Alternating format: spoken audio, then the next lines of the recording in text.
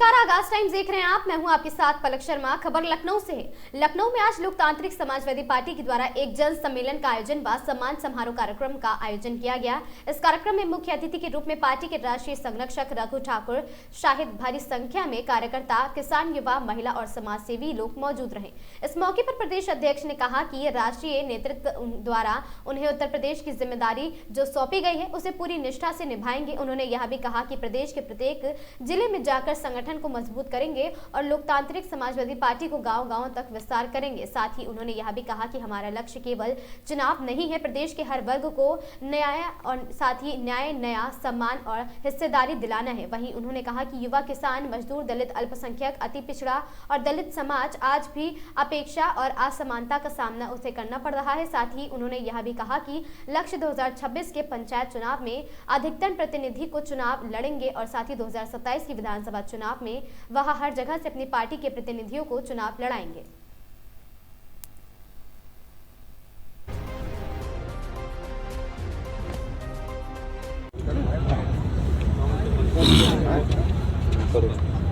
लोकतांत्रिक समाजवादी पार्टी का हार्दिक स्वागत है। लोकतांत्रिक समाजवादी पार्टी के उत्तर प्रदेश इकाई का अभी नया गठन किया है। इसके अध्यक्ष उत्तर प्रदेश के प्रसिद्ध समाजसेवी डॉक्टर C.K. वर्मा जी को बनाया गया है। आज इस सम्मेलन में उत्तर प्रदेश के 17-18 जिलों से लोग आए हैं और बहुत कम समय डॉक्टर वर्मा जी को मिल पाया था। उनके परिश्रम से उन्होंने इस आयोजन को सफल बनाने के लिए पूरा प्रयास किया है। लोकतांत्रिक समाजवादी पार्टी एक विचारधारा की पार्टी है जो गांधी, लोहिया, बाबा साहब और स्वर्गीय कर्पूरी ठाकुर के सिद्धांतों पर विश्वास करती है। लोकतांत्रिक समाजवादी पार्टी इंसान के बीच की जितनी भी विषमताएं हैं, वो आर्थिक हो, राजनीतिक हो, सामाजिक हो, उनको मिटाना चाहती है और एक समता का समाज बनाना चाहती है। लोकतांत्रिक समाजवादी पार्टी एक ऐसा समाज बनाना चाहती है, एक ऐसी व्यवस्था बनाना चाहती है जिसमें अन्याय ना हो, जुल्म ना हो, दुख ना हो, पीड़ा ना हो। हर इंसान को बराबरी के अधिकार मिले, इंसान को रोजगार का अधिकार मिले, इंसान के लिए जीने के लिए बेहतर रास्ते मिले और आदमी निर्भय होकर जी सके। आज उत्तर प्रदेश का जो वातावरण है वो भयभीत होने का वातावरण है, जहाँ पर समाज का एक बड़ा हिस्सा भयभीत रहता है अपराधियों से, आतंकियों से, शासन की व्यवस्थाओं से और अन्य प्रकार की परेशानियों से। लोकतांत्रिक समाजवादी पार्टी इनको हल करने के लिए काम करेगी। लोकतांत्रिक समाजवादी पार्टी बहुत शीघ्र उत्तर प्रदेश में अपने स्थान को पूरा बनाएगी, अपना स्थान बनाएगी और एक ऐसी हिस्सेदारी की स्थिति पैदा करेगी जिसमें वो समाज के अति कमज़ोर तबके के लोग हैं जिनको पिछले हजारों साल से सहभागिता नहीं मिल पाई थी, उनको सहभागिता मिले और न केवल सहभागिता मिले बल्कि उनकी समतुल्य हिस्सेदारी हो। लोकतांत्रिक समाजवादी पार्टी का विश्वास है कि जिसकी जितनी हिस्सेदारी उसकी उतनी भागीदारी। सर, आज मैं अपने कार्यकर्ताओं को क्या संदेश देना चाहिए? मैं अपने कार्यकर्ताओं से कहना चाहता हूँ कि आप लोग आज के बाद लोकतांत्रिक समाजवादी पार्टी का झंडा, नीति, वक्तव्य, कार्यक्रम और अपने नेताओं की बातों को लेकर गांव-गांव चले जाइए। आपके सामने 2 साल का समय है। इन 2 सालों में हमें विश्वास है कि हम उत्तर प्रदेश की व्यवस्था को बदलने के लिए सफल होंगे। ठीक है सर, आज जो लोकतांत्रिक समाजवादी पार्टी के द्वारा यहाँ हार्दिक स्वागत है सम्मान समारोह का आयोजन किया जा रहा है, इसमें किन लोगों को सम्मानित किया गया और मीडिया के माध्यम से क्या कहना चाहिए?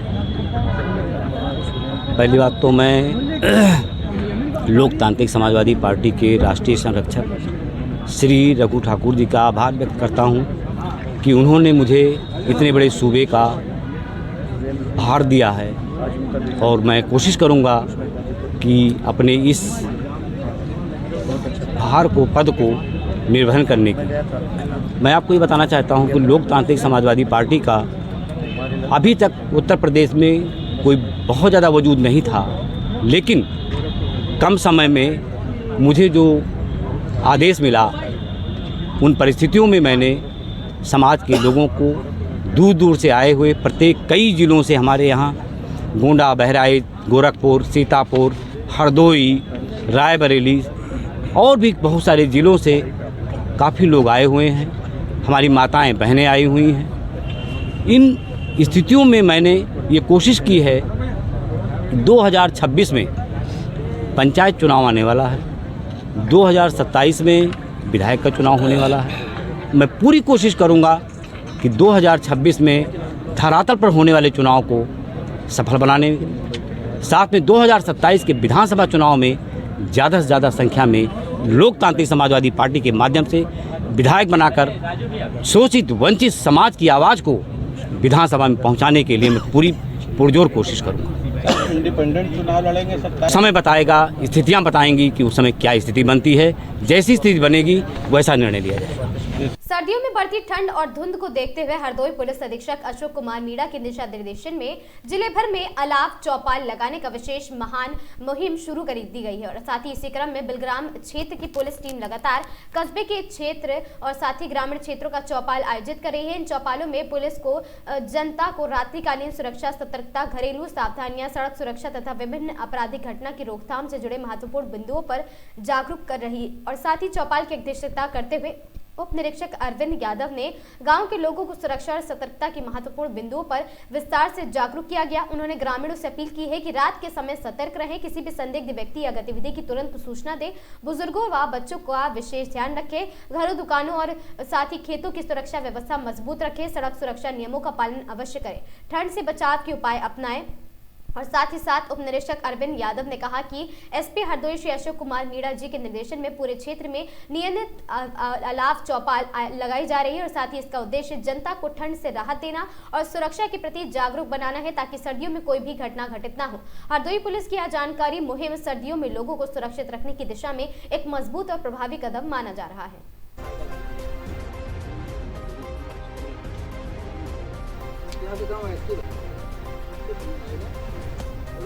खबर बिलग्राम से है, जहां समग्र मतदाता पुनरीक्षण अभियान एसआईआर के तहत निर्वाचन और साथ ही संबंधी कार्यों में बेहतरीन प्रदर्शन करने वाले बिलग्राम तहसील क्षेत्र के शिक्षकों एवं बीएलओ को मंगलवार को एक विशेष समारोह में सम्मानित किया गया। कार्यक्रम की अध्यक्षता कर रहे उप जिलाधिकारी एन राम ने उत्कृष्ट कार्य करने वाले कुल 50 बीएलओ को प्रमाण पत्र एवं प्रतीक चिन्ह भेंट कर सम्मानित किया है। एसडीएम एन राम ने अपने संबोधन में कहा कि निर्वाचन कार्य लोकतांत्रिक व्यवस्था की रीढ़ है, जिसमें पारदर्शिता, समयबद्धता और निष्ठा अत्यंत महत्वपूर्ण है। उन्होंने कहा कि बिलग्राम तहसील में एसआईआर कार्य 83% तक सफलतापूर्वक पूर्ण किया जा चुका है, जो यहां के कर्मियों की मेहनत और जिम्मेदारी का परिणाम है। उन्होंने सभी सम्मानित कर्मियों को सराहते हुए कहा कि इन कर्मचारियों ने निरंतर बेहतर प्रदर्शन कर प्रशासन को मजबूती प्रदान की है।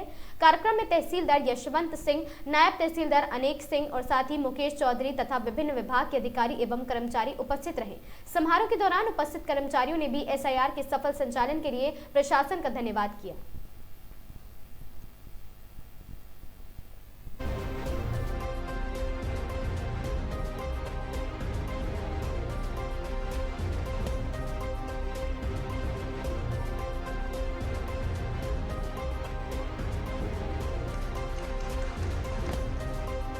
बीएलओ को सम्मानित किया गया, कितने बीएलओ को सम्मानित किया गया और किन कार्यों के लिए? आज हमारे 50 बीएलओ साथियों को सम्मानित किया गया है, जिन लोगों ने समय सीमा से पहले ही अपना 100% कार्य संपूर्ण कर दिया, पूर्ण कर दिया है, उन लोगों को आज आपके समक्ष सम्मानित किया गया है। और हमारे जो बीएलओ साथियों ने बड़ी कड़ी मेहनत से अथक परिश्रम करके इस तरह का ये कार्य समय से पहले समाप्त किया है। जैसे कि पूर्व में आयोग की तिथि 4 दिसंबर थी, अब 11 दिसंबर हो गई है। अब समय मिल गया है हमको थोड़ा बहुत, परंतु जो बीएलओ आज सम्मानित किए हैं उन्होंने अपना 100% कार्य पूर्ण कर दिया। बिलग्राम तहसील में कितने % तक काम हो गया है एसआईआर का? बिलग्राम तहसील में इस समय 83%, 83% काम हो चुका है। 70% 2-3 दिन में ही हम पूरा कर देंगे।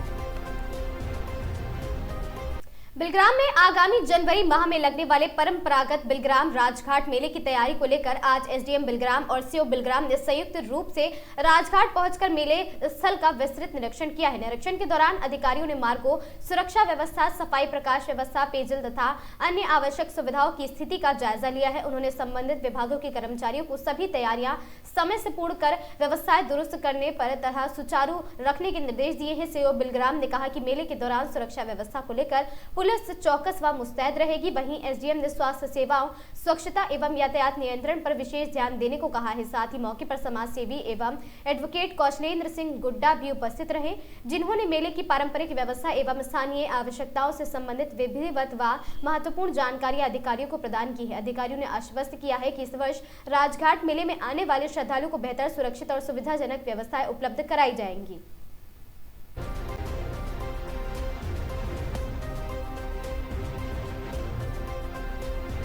खबर वाराणसी से है, जहां बीएचयू में देर रात छात्रों और साथ ही प्रोटोक्रियल में टीम में हुआ गुरिल्ला युद्ध। आपको बता दें, जमकर चले ईंट पत्थर, छात्रों पर हुआ लाठीचार्ज। सूचना पर मौके पर पहुंची पुलिस, कई थानों की टीम पुलिस वाहन से छात्र को टक्कर लगने के कारण बाद शिकायत करने पहुंचे थे छात्र। आपको बता दें कि आक्रोशित छात्रावास के छात्रों ने किया प्रदर्शन। प्रशासन रोकने गए प्रोक्टोरियल टीम पर हुई पत्थरबाजी। प्रोक्टोरियल टीम ने छात्रों को लौटाया है। प्रोक्टोरियल टीम ने किया लाठीचार्ज। बीएचयू के राजा राम मोहन राय छात्रावास का पूरा मामला।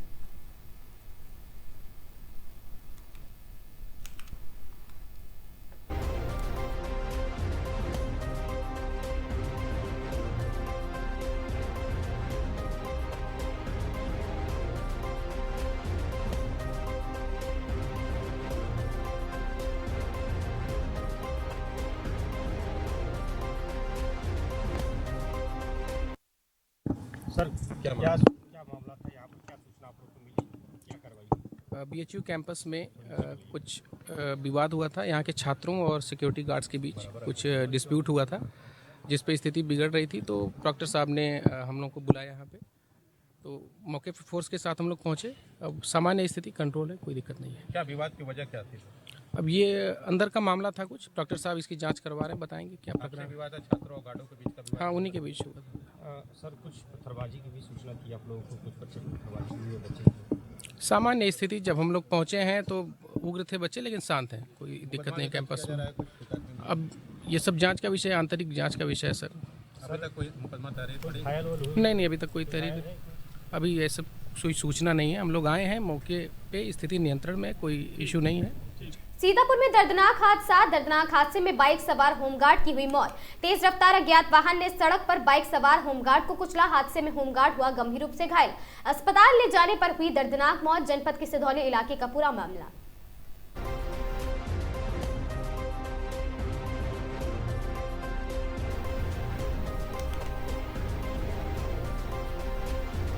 खबर संडीला हरदोई से है, जहां चारों ओर सर्दियों में बढ़ती चोरी व अन्य आपराधिक वारदातों को रोकने के लिए तत्पर हुए पुलिस अधीक्षक अशोक कुमार मीणा।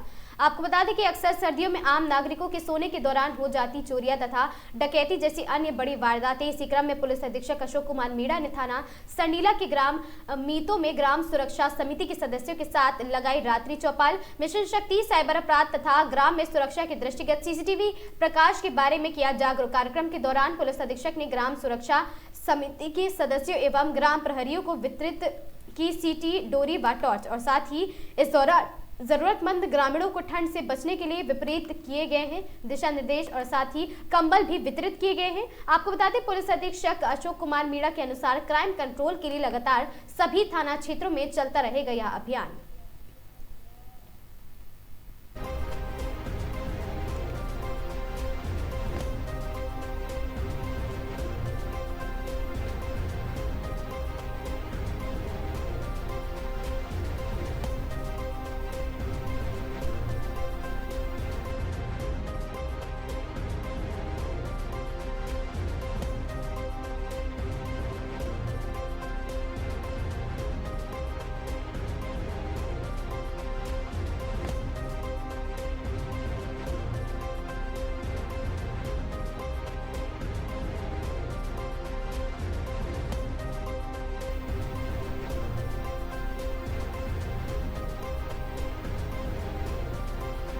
उत्तर प्रदेश के बहराइच जनपद में लगातार जंगली जानवरों के हमले बढ़ते जा रहे हैं। कतरनिया घाट रेंज के राजा राम टांडा गांव निवासी किशन पुत्र ननकू उम्र 15 वर्षीय अपनी मां गुड्डी देवी के साथ खेत गया था। खेत से बकरियों के साथ सभी वापस आ रहे थे। इसी दौरान अचानक तेंदुए ने किशन पर हमला कर दिया। किशन पर तेंदुए को हमला करते देख उसकी मां ने भी तेंदुए से बढ़ गई और साथ ही किसी तरीके से अपने बच्चे को बचा लिया, लेकिन तेंदुए के हमले ने बकरी की उसकी मौत हो गई है, जबकि किशन घायल हो गया है। मौके पर ग्रामीणों ने के चिल्लाने पर तेंदुआ खेतों की ओर भाग गया। ग्रामीणों के द्वारा सूचना वन विभाग को दी गई है। घायल बालक को तुरंत प्राथमिक स्वास्थ्य केंद्र सुजौली ले गए हैं, जहां डॉक्टर आरपी सिंह के द्वारा घायल किशन का उपचार किया गया है। घटना की सूचना पाकर मौके पर वन दरोगा राधेश्याम, वनकर्मी संतोष, अब्दुल सलाम, मुंशी विनोद और कमलेश पहुंचे हैं। तेंदुए के हमले से बचाव हेतु ग्रामीणों को जागरूक किया गया है।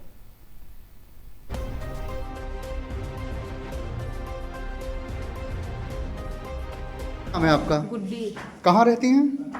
राजा राम टाला। आज क्या हुआ था? आज 4 बजे हम लोग छगड़ी चरा रहे थे, तो घर के पीछे शेर बैठा था अड़दी में, तो इसको पकड़ लिया। ये कौन है आपके? हमारा लड़का। इनका क्या नाम है? किशन नाम है। हाँ। अच्छा, तो आप किस तरीके से वो भागा, किस तरीके से आप लोगों ने जान बचाई? जैसे हम लोग आके थे हाँ। और ये लोग पीछे थे, तो इनका बैठा था अड़दी में, इसको पकड़ लिया, पटक लिया, बस ये छुड़ा कर भागा, फिर पकड़ लिया, ये हाथ पकड़ लिया, यहाँ पे नोच लिए। कई जगह नोचा है? हाँ, 2 जगह। अच्छा, इससे पहले भी वहाँ पर दिखा था क्या तेंदुआ? नहीं, हम लोग तो आगे चले आए एर कर, लेकिन पीछे पता नहीं कहाँ बैठा था। ये लोग जब पीछे से आए तो इसको वहाँ पे पटक लिया, हम लोग आगे निकल लिया, हमको लोग नहीं दिखा था। अच्छा, वन विभाग वाले आए थे? अभी आप घर पर आए, हम लोग आ गए हैं यहाँ पर तब।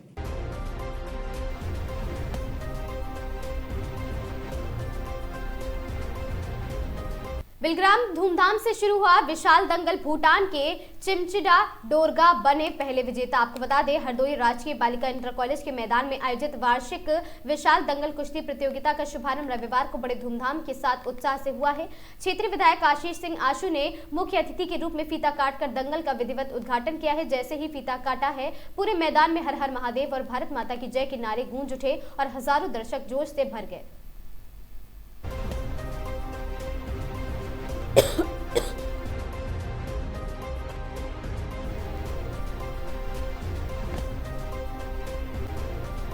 खबर कानपुर से है, जहां विश्व हिंदू रक्षा परिषद के कार्यकर्ताओं ने जमायत हिंद के अध्यक्ष मौलाना मोहम्मद मदनी के हालिया बयानों के विरोध में कानपुर के सरसैया घाट चौराहे पर बड़ा प्रदर्शन किया है। प्रदर्शनकारियों ने मौलाना मदनी का पुतला जलाया है और उनके खिलाफ कठोर कार्रवाई की मांग की है।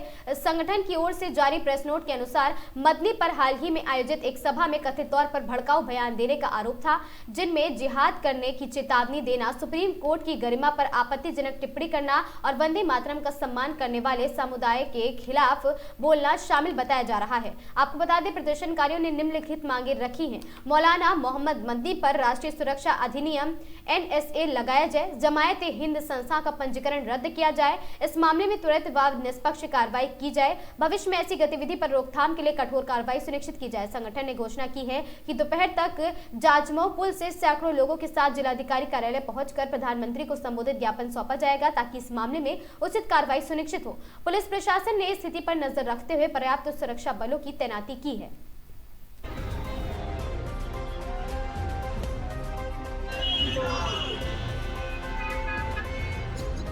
देश के गद्दारों को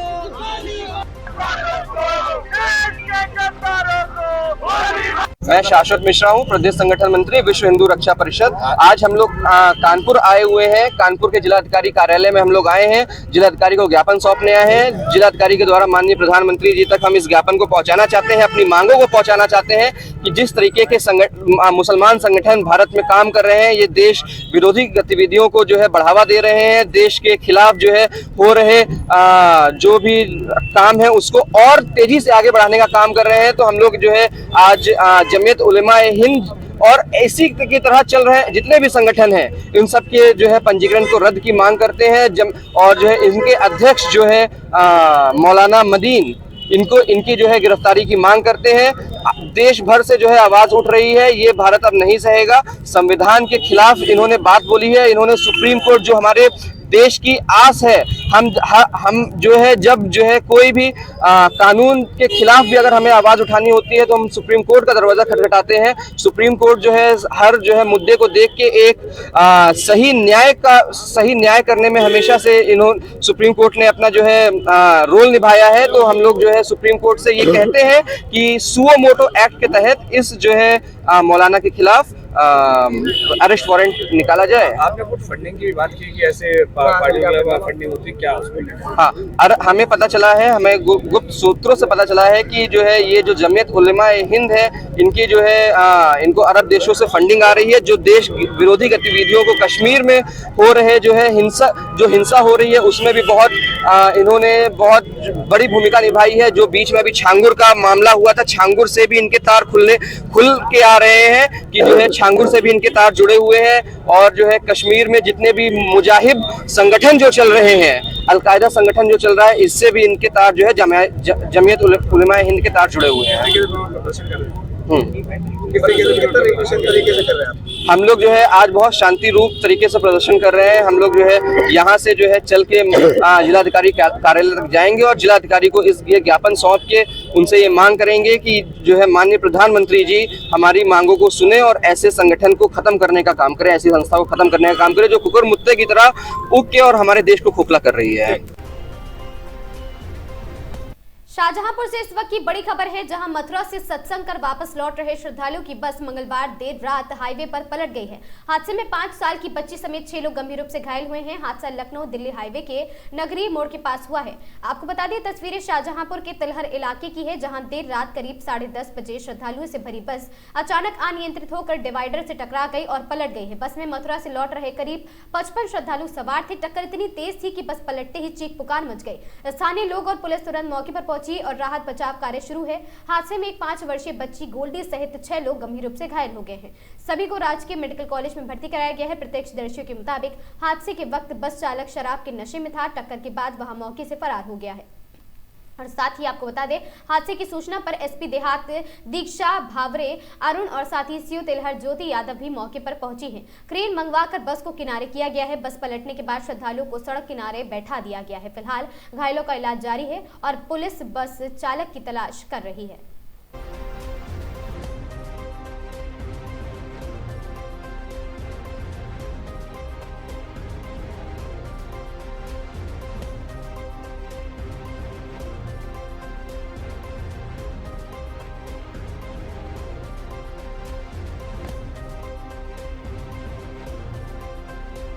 शाहजहांपुर में तिलहर थाना क्षेत्र में नगरिया मोड़ पर हमें सूचना मिली कि एक बस जिसमें 57 जो श्रद्धालु है मथुरा से खिड़की और जा रहे थे, वो बस पलट गई है। तो उस बस में जो 6 लोग थे वो घायल हुए हैं, जिसमें 2 पुरुष 4 महिलाएं हैं।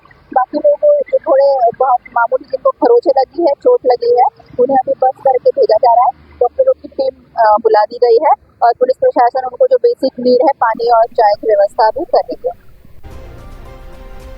पचदेवरा क्षेत्र को अपराध मुक्त बनाने, महिला सुरक्षा को सुदृढ़ करने और साथ ही साइबर अपराधों से बचाव के उद्देश्य से मंगलवार को सहायक पुलिस अधीक्षक आलोक राज नारायण ने विवियापुर मंदिर परिसर में चौपाल का आयोजन कराया है। चौपाल में भारी संख्या में ग्रामीण मौजूद रहे हैं। इस दौरान पूर्व मंडल अध्यक्ष अनूपपुर जितेंद्र प्रताप सिंह भी विशेष रूप से उपस्थित रहे हैं, जिन्होंने ग्रामीणों को जागरूक किया, कार्यक्रम में जोड़ने की अहम भूमिका निभाई है। एसपी ने कहा कि आपको बता दें कि एसपी ने कहा कि बदलते दौर में अपराधों की तकनीक भी बदल रही है, इसलिए हम नागरिक को सतर्क रहना आवश्यक है।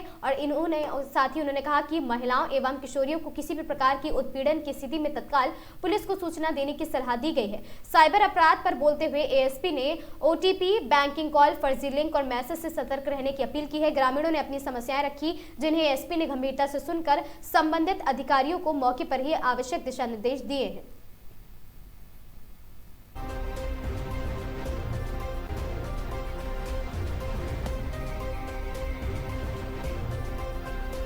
सड़क हादसे में में घायल युवक के पास 3.5 लाख रुपए पुलिस ने किए हैं सुपुर्द। आपको बता दें 29 नवंबर को दही थाना क्षेत्र के दरोगा खेड़ा में हुआ था हादसा। दुर्घटना में राजकीय कृषि गोदाम प्रभारी प्रशांत कुमार पटेल हुए थे घायल। मौके पर मिली मोटरसाइकिल से बरामद हुआ था काले बैग में 3,56,610 रुपए। पुलिस ने रकम को सुरक्षित अभिरक्षा में रखा है। थाना दही पहुंचे अधिकारी सचिन पाल और साथ ही घायलों के भाई योगेश पुलिस ने पूरी रकम अधिकारी व साथी परिजनों के हवाले कर दी है। पारदर्शिता के साथ सुपुर्दगी की कार्रवाई पूरी परिवार ने जताया उनका आभार।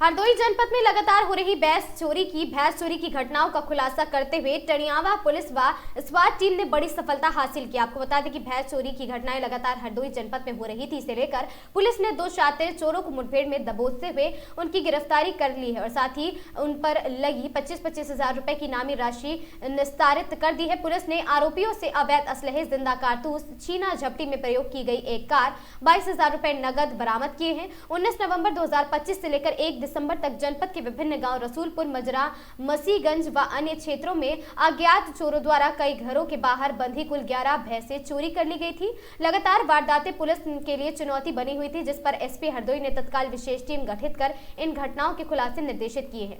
1 दिसंबर की रात पुलिस को सूचना मिली कि भैंस चोरी में शामिल शातिर बदमाश क्षेत्र में सक्रिय हैं। टड़ियावा, बेनीगंज और स्वाट टीम ने संयुक्त रूप से घेरा बनाए हैं और जांच के दौरान आरोपी पुलिस टीम पर फायर करते हुए जंगल की ओर भागने चले।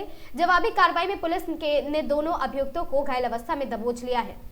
आपको बता दें, पहला सलमान पुत्र उस्मान उर्फ इशरार निवासी ग्राम अकोहरा थाना सिधौली सीतापुर, दूसरा कल्लू पुत्र विरासत अली निवासी ग्राम सरसोरा कला थाना कमलापुर सीतापुर। दोनों लंबे समय से अंतर जनपदीय चोरी गिरोह के चलते ये घटनाएं कारित कर रहे थे। बरामद की 2 अदद तमंचे, 315 बोर 2 जिंदा कारतूस और साथ ही 315 बोर 2 अदद खोखा कारतूस, चोरी में प्रयुक्त कार, 22,000 रुपए नगद, भैंस की बिक्री से अर्जित अवैध। सलमान पर सीतापुर में विभिन्न थानों में दर्ज गंभीर मामला, हत्या प्रयास, गैंगस्टर लूट और चोरी मारपीट आर्म्स एक्ट, कुल 10 से अधिक मुकदमे दर्ज है। कल्लू पर भी दर्ज है मुकदमे, गैंगस्टर आर्म्स एक्ट, चोरी और लूट, साथ ही मारपीट, एनडीपीएस व SC/ST एक्ट पर कुल 17 से अधिक अपराध दर्ज हैं।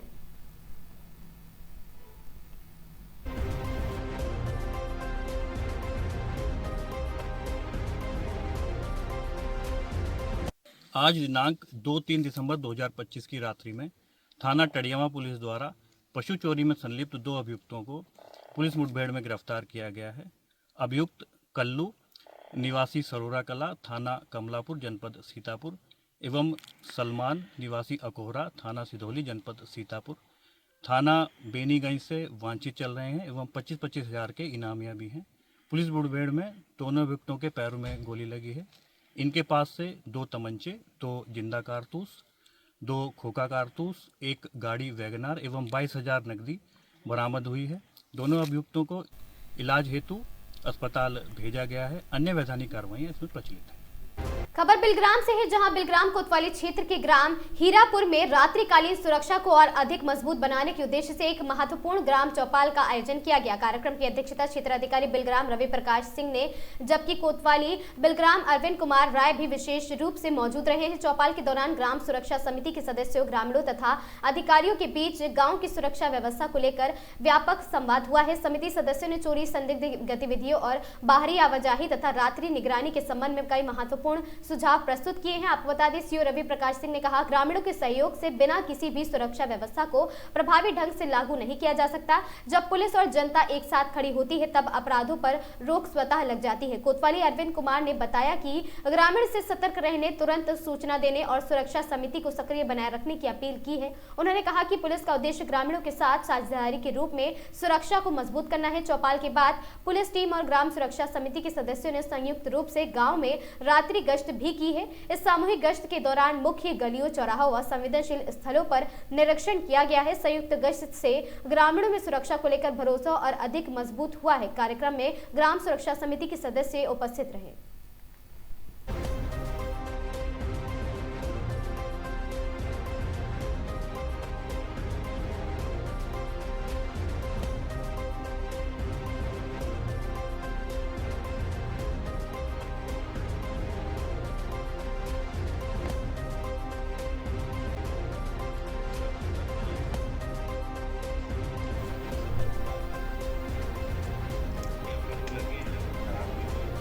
हरिद्वार में अंतर्राष्ट्रीय सहकारिता वर्ष 2025 के अवसर पर आयोजित सहकारिता मेला 2025 का भव्य शुभारंभ ऋषिकुल मैदान में हुआ है। मुख्य अतिथि विधायक मदन कौशिक ने मेले का उद्घाटन करते हुए कहा कि सहकारिता के माध्यम से लोग स्वयं सहायता समूह बनाकर लोक दल उत्पाद तैयार कर रहे हैं, जिससे उन्हें रोजगार के नए अवसर प्राप्त हो रहे हैं। उन्होंने कहा कि इस मेले में स्थानीय उत्पादों को नई पहचान मिलेगी और उनके उत्पादों को बड़े स्तर पर बाजार उपलब्ध होगा। और साथ ही विधायक कौशिक ने बताया कि मुख्यमंत्री एवं प्रधानमंत्री नरेंद्र मोदी के नेतृत्व में स्थानीय उत्पादों को बढ़ावा देने के लिए निरंतर प्रयास किए जा रहे हैं। इन प्रयासों का लाभ अब गांव-गांव तक पहुंच रहा है, जिससे महिलाएं और युवाओं में आत्मनिर्भरता की भावना जागृत हो रही है। और साथ ही कार्यक्रम में विधायक रानीपुर आदेश चौहान, मेयर किरण जैसल, अध्यक्ष नगर पालिका शिवालिक नगर राजीव शर्मा, भाजपा जिलाध्यक्ष आशुतोष शर्मा सहित कई जनप्रतिनिधि और साथ ही अधिकारी उपस्थित रहे। सभी अतिथियों ने रिबन काट कर और दीप प्रज्वलन कर मेले का विधिवत शुभारंभ किया है। मेले में उनके स्वयं सहायता समूहों ने अपने स्थानीय उत्पादों की प्रदर्शनी लगाई है, जिन्हें लोगों ने सराहा है।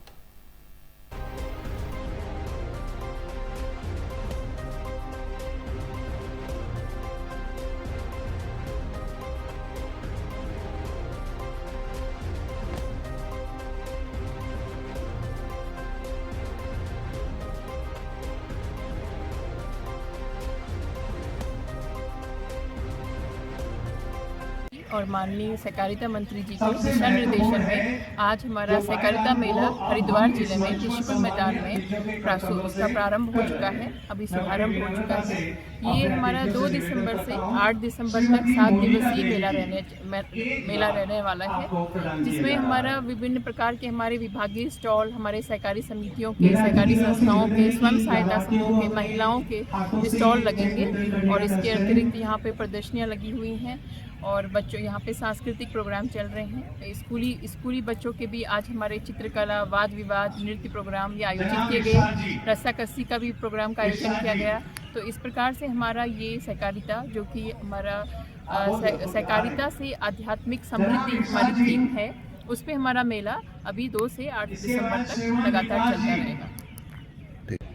आज हमारे प्रदेश सरकार के द्वारा, प्रदेश के सहकारिता विभाग के द्वारा पूरे देश के अंदर इस तरह के सहकारिता मेलों का आयोजन किया जा रहा है। इसी कड़ी में आज अंतर्राष्ट्रीय सहकारिता वर्ष के अंतर्गत हरिद्वार जिले में भी आज यहाँ पर आज से लेकर 8 तारीख तक चलने वाले सहकारिता मेला 2025 का आयोजन किया जा रहा है।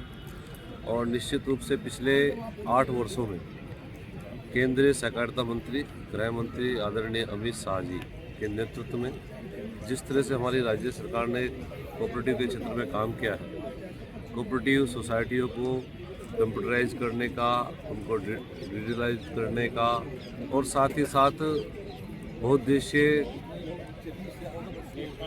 काम उनको दिए हैं, इससे सहकारिता का क्षेत्र बहुत वाइड हुआ और चाहे वो किसानों की आय दुगना करने वाला विषय हो, लखपति बीवी बनाने वाला विषय हो, और या कई अन्य लखपति दीदी भी हम समझते हैं कि उसके अंदर बहुत महत्वपूर्ण भूमिका हमारे कोऑपरेटिव डिपार्टमेंट की है। उन्होंने उनको बिना इंटरेस्ट के लोन देने का काम किया, किसानों को बिना इंटरेस्ट के लोन देने का काम किया, जो उनकी आय में वृद्धि करने का एक माध्यम बना है। बहुत सारे लोगों को रोजगार मिला है और इन तरह के मेलों के आयोजन से उन सबको प्लेटफॉर्म भी उपलब्ध कराने का काम सहकारिता डिपार्टमेंट कर रहा है। यहाँ पर विभिन्न प्रकार के स्टॉल लगाए जा रहे हैं, जो हमारी बहनें स्वयं सहायता समूह के माध्यम से कुछ अपने प्रोडक्ट बना रही हैं, उनका भी यहाँ पर प्रस्तुतिकरण प्रदर्शन किया जा रहा है। एग्रीकल्चर के क्षेत्र में जो हमारे किसान काम कर रहे हैं उसका भी यहाँ प्रस्तुतिकरण किया जा रहा है। तो मैं समझता हूँ कि उनको एक मार्केट और एक एक्सपोजर मिलेगा और ये सहकारिता को और ऊंचाइयों पर ले जाने में कारगर साबित होगा। और जो हमारे सहकारिता जुड़े हुए जितने भी उपभोक्ता हैं, जितने भी किसान हैं, जितनी हमारी माताएँ हैं, जितने हमारे दुग्ध व्यवसाय करने वाले हैं या जो पशुपालक हैं, उन सबको प्रोत्साहन मिलेगा, ऐसा मैं मानता हूँ। और ये सार्थकता अपने प्राप्त करेगा, मेरा ऐसी शुभकामनाएं। और मैं समस्त अपने विभागीय अधिकारियों को, कोऑपरेटिव के अन्य संबंधित विभाग के अधिकारियों को, साथ ही साथ माननीय हमारे जो मुख्यमंत्री जी हैं उनको भी, और माननीय कोऑपरेटिव मिनिस्टर जी उनको भी बहुत बहुत बधाई और शुभकामनाएं देता हूँ। के द्वारा पूरे प्रदेश भर में जनपदों के मुख्यालय में इस प्रकार के आयोजन मेले के जो सहकार संबंधित किए जा रहे हैं। आज उसी परिप्रेक्ष्य में हरिद्वार के इस ग्राउंड पर सहकारिता मेले का आज उद्घाटन किया और इस सहकारिता मेले के माध्यम से जनपद भर में जो हमारे ऐसे लोग हैं जो सहकारिता के माध्यम से विभिन्न प्रकार के प्रोडक्शन तैयार करते हैं, कुछ भोग की ऐसी वस्तुएं बनाते हैं, आज वो भी जहां जनता के लिए एक आने वाले समय में एक ऐसा जिसे कहते हैं लोकल फॉर वोकल कि एकदम लोकल को हर घर में कैसे पहुंचाएं। सहकारिता इसके लिए एक सशक्त माध्यम है। प्रधानमंत्री नरेंद्र मोदी जी के बाद सहकारिता एक आंदोलन के रूप में चलाया गया और उसमें लगभग मैं कहूँ करोड़ों लोगों को रोजगार से जोड़ा गया। और आज उसी परिप्रेक्ष्य में लोगों की जानकारी में रहे, आम लोगों तक इस मेले के माध्यम से वो सारी पहुँचे जो सरकार के माध्यम से सहकारिता को एक बढ़ावा दिया जा रहा है। तो आज इस अवसर पर मैं सभी जो सहकारिता हमारे विभाग के लोग हैं, आदरणीय धन सिंह रावत जी, आदरणीय हमारे मुख्यमंत्री जी और सहकारिता विभाग के अधिकारियों को बधाई देता हूँ। और निश्चित रूप से यह मेला एक मील का पत्थर साबित होगा दूर दराज जो सहकारिता जुड़े हुए लोग उनके लिए।